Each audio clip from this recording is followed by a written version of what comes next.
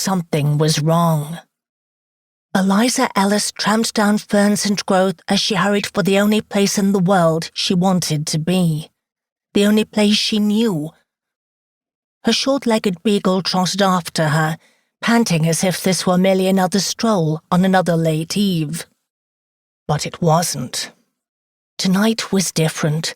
Captain was different. Would her father still be home when she returned? How many times had he left her already, all in the space of a fortnight, only to come back with the scent of ale on his breath? He'd never drunk before. When the stream came into view, flanked on each side by mossy rocks, she claimed the one she'd always dubbed the lady's throne. She used to sit here with a sceptre made of twigs like a queen from Captain's stories.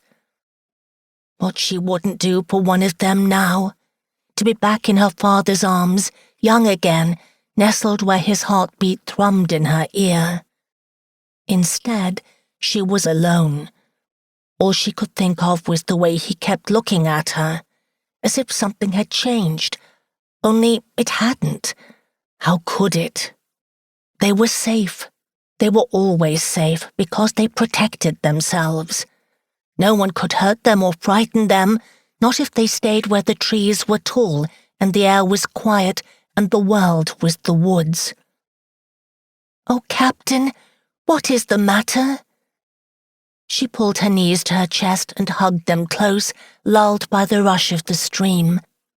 If she bent near enough, she could leak her tears into the swirling motion and drop her whisper into the blue-tinted waters.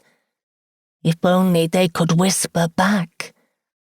But they only carried away her sorrow, as they always did, to some foreign place beyond these trees.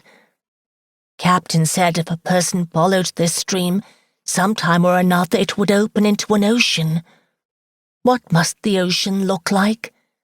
Endless water, frothy waves, blue meeting blue. Pirate ships and giant white masts and ghosts of fabricated mermaids. Why couldn't she have been a mermaid? She might have danced with the fishes and ridden upon the whales and...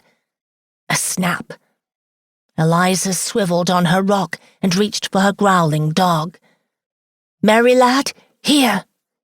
The last thing she needed was her brave little beast raising his hackles against some vicious varmint. "I'll have none of your barking, hear?" Another snap, closer. Merry lad ripped from her hold and woofed. He braced in front of her, as if he had no desire to sprint away and chase down some frightened hare or white-tailed deer, as was usually his pleasure. A brush of unease fluttered her chest. She scanned the trees as evening shadows wove around them. Nothing seemed amiss. Nothing stirred. Whatever had disturbed the quiet had apparently scampered up a tree trunk or burrowed into the moist needles and ground. But the flutter increased until her heartbeat turned into hammering. "Come, Merry lad!" She stood, brushed the residue of moss and dirt from her dress. Something white flashed to her left. Merry lad yowled. A face appeared, half hidden behind a pine tree, close enough that unfamiliar eyes met hers. "No! No!" She lurched forward, pumped her legs so fast her muscles began to scream. No one was supposed to be here, not ever. Captain would die if he knew, but it wasn't her fault. Footsteps pounded behind her, closing in quickly as fast as the evening darkness. "God, please!" The prayer raced. Why was he chasing her?